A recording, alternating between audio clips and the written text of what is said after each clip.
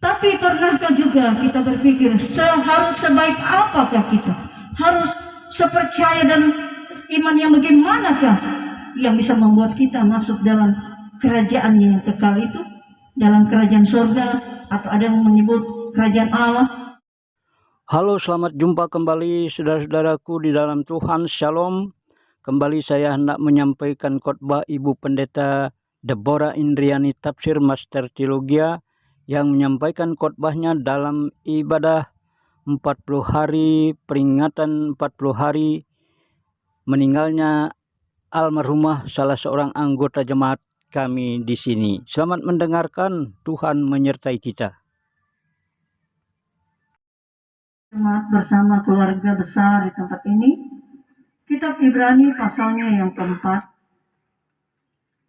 Kita akan baca ayatnya yang ke-8 sampai ayatnya yang ke-11.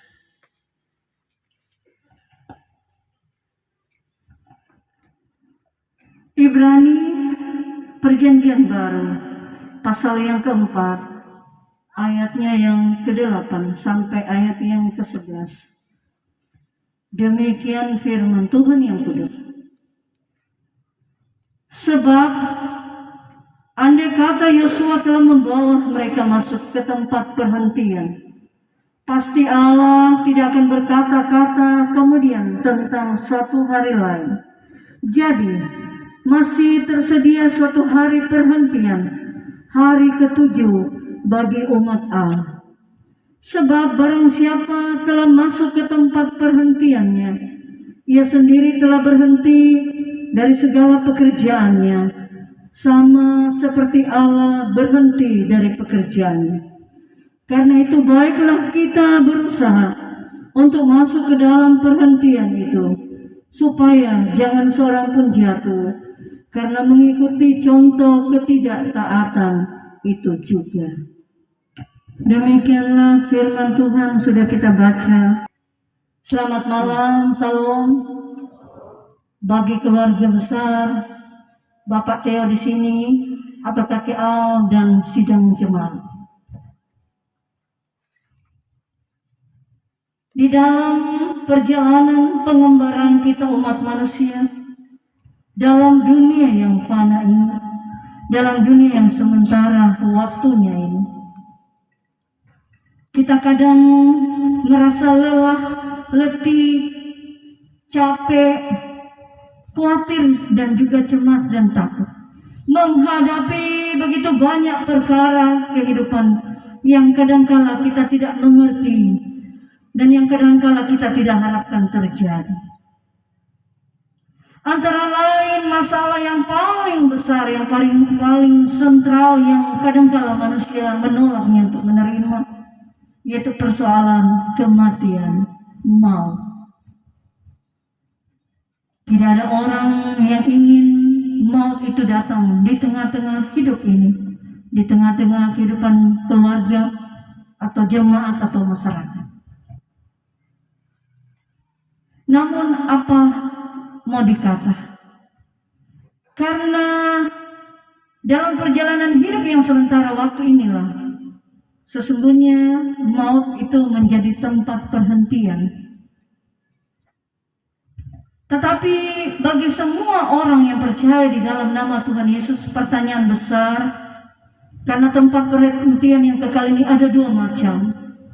Perhentian yang kekal menuju rumah Bapa di sorga, atau perhentian kekal di rumah yang tidak kita suka datang. Dengan kata lain, ada sorga dan ada neraka.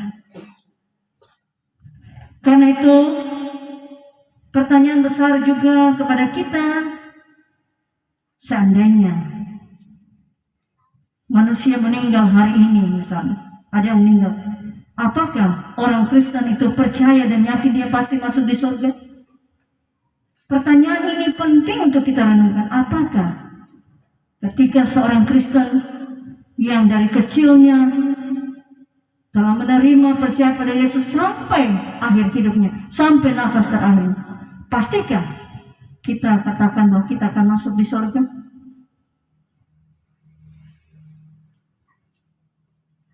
pertanyaan datang lagi.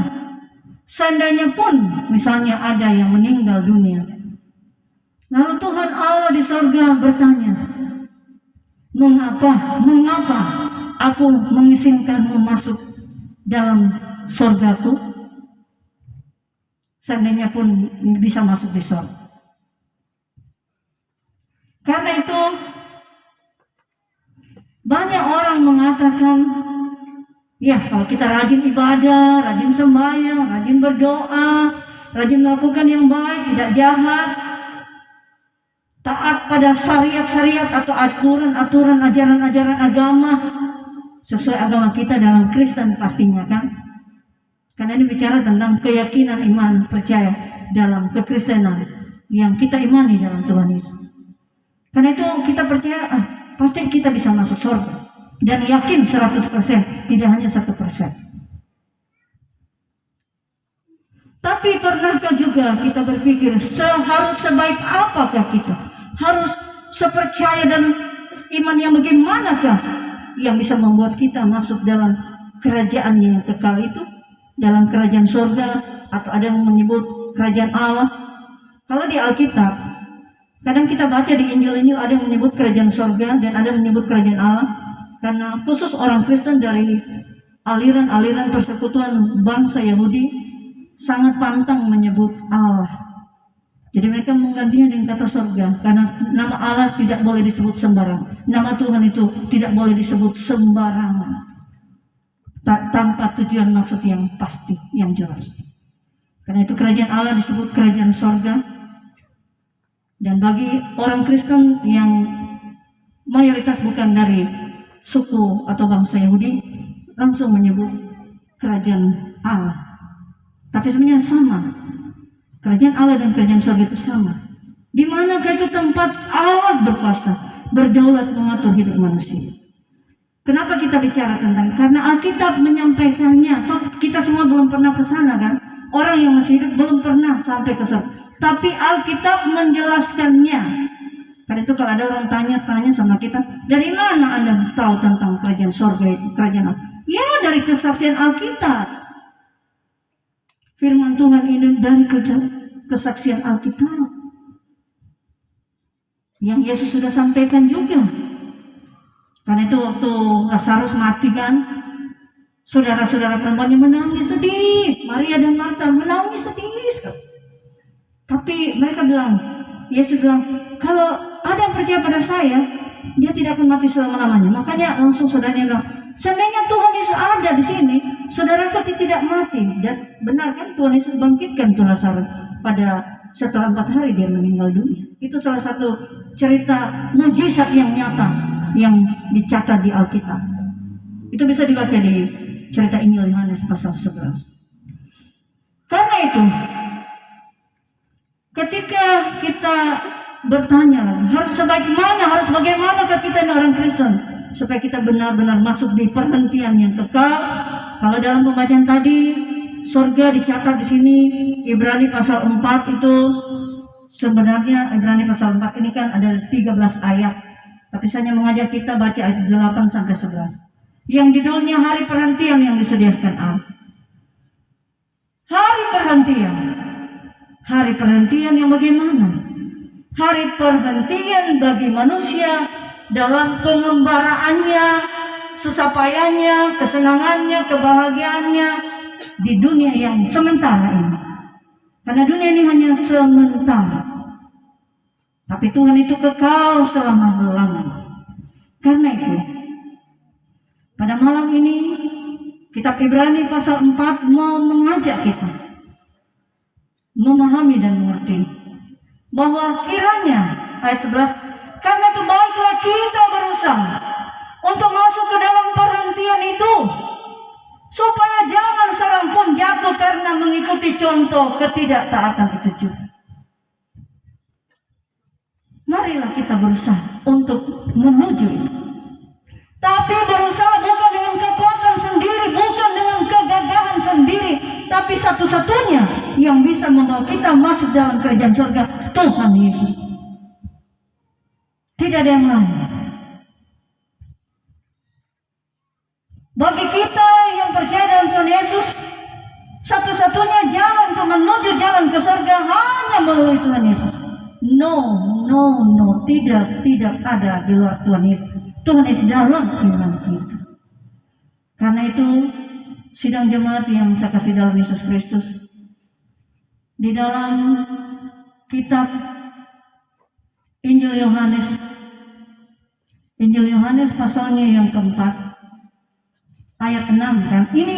Ini ayat favorit saya sejak saya sudah tahu baca. Waktu saya masih kecil saya masih bodoh karena saya agak lambat membaca. Kalau nanti kelas 3 SD baru saya tahu baca. Lalu saya pelan-pelan baca ini ayat ini sampai sekarang saya sangat tersepona, sangat terpana, sangat bahagia dengan kalimat ini yang mengatakan begini kan. Kata Yesus kepadanya, "Akulah jalan dan kebenaran dan hidup. Tidak ada seorang pun yang datang kepada Bapa kalau tidak melalui aku."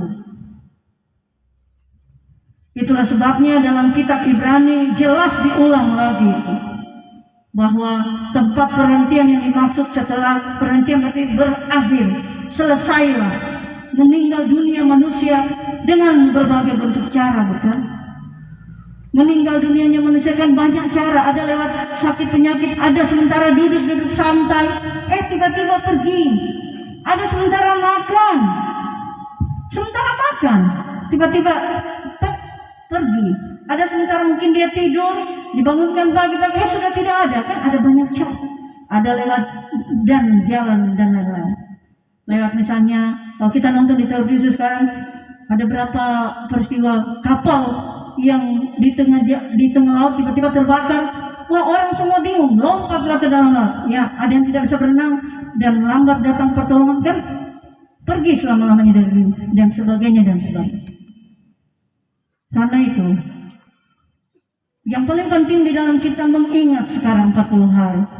Saya tertarik melihat yang dicatat dalam undangan kita cuma dapat undangan dari keluarga. Di sini keluarga mengambil ayat ini, Mazmur 116. Ya, ini ayat yang juga menjadi favorit juga. Berharga di mata Tuhan kematian semua orang yang dikasihi. Pasti keluarga Pak Theo dan anak cucu dan saudara-saudara punya maksud dengan kalimat ini. Bahwa berharga Mama Theo selama hidup keluarga. Saya tidak sempat tanya si Papa Theo berapa tahun pernikahan dalam hidup dengan selama hidup dengan almarhumah, tapi saya menilik dari usia anak-anak pasti sudah di atas, mungkin sudah lewat kawin perak ya Pak Theo, sudah 25 tahun ke atas. Karena kalau kawin emas itu 50 tahun pernikahan, umur pernikahan. Kawin perak itu 25 tahun. Ya. Yang pasti sudah lewati kawin perak, sudah ada 2 anak, 2 cucu, 3 anak sebenarnya dan 2 cucu, dan berkat-berkat yang lain. Tentu Pak Theo dan anak cucu, semua keluarga, adik-adik dari almarhumah percaya bahwa Mama Theo ini berharga bagi mereka selama hidupnya, dan ketika akhir hidupnya pun berharga di mata Tuhan. Karena kita berharga baik hidup dan mati kita. Karena apa? Karena Tuhan Yesus sudah tebus dosa-dosa kita di atas kayu salib di Golgota, sehingga kita menjadi berharga.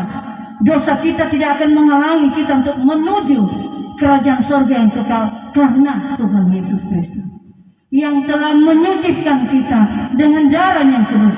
Dia telah mati tersalib di Golgota supaya semua orang yang percaya di dalam nama Tuhan Yesus diberi kehidupan kekal, masuk dalam tempat perhentian yang kekal, kerajaan surga, termasuk juga almarhumah, kekasih kita, istri tercinta, mama tersayang, nenek yang selalu dirindukan cucu-cucunya, yaitu Ibu Niwayan Asmiasi. Karena itu, ketika 40 hari, tentu keluarga dalam menjalani 40 hari tidak mudah. Kenapa saya katakan tidak mudah? Saya sudah lewati hal itu. Karena itu saya punya pengalaman tentang hal itu. Saya punya pengalaman tentang duka cita. Duka cita itu tidak mudah untuk kita terima. Tidak mudah seperti kita membalikan telapak tangan ini putar. Namun bisa dilewati karena siapa? Tuhan Allah Bapa di surga di dalam nama Tuhan Yesus, yang memungkinkan kita berjalan tertati-tati melewati masa pergabungan, masa duka cita ini. Karena hari esok masih tersedia untuk Papa Theo dan anak cucu. Hari esok matahari kehidupan masih akan bersinar bagi keluarga ini. Karena itu kematian yang dialami istri kekasih, mama, nenek, saudara yang dicintai tidak akan membuat iman percaya Papa dan anak cucu lemah. Bahkan mungkin dengan peristiwa ini akan semakin membuat Papa Theo sekeluarga meyakini, sebagaimana lagu yang tadi kita nyanyikan yang pertama, indah rencana Tuhan dalam hidup ini. Indah rencana Tuhan bagi Bapak Theo, bagi Theo dan istri dan anaknya, bagi Ika, Mama Maila dan suaminya dan anaknya, dan bagi semua Tuhan. Amin jemaat. Amin. Apakah ini diaminkan oleh Pak Theo?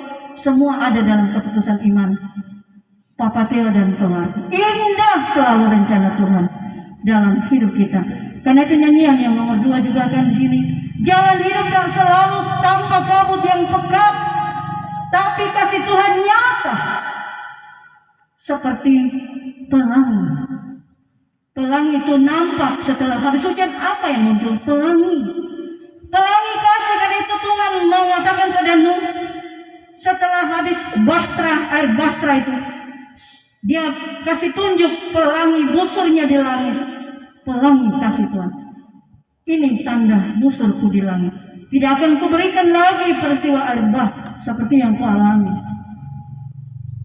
Karena itu, sidang jemaat dan keluarga besar Papa Theo, kita akan mengenang. Karena memang di sini katakan mengenang dan mengenang, merindukan dan merindukan.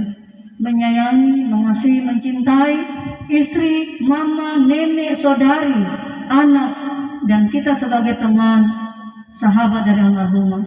Kita ingat semua yang terbaik selama hidupnya, dan biarlah almarhumah tenang dalam pangkuan Bapa di sorga.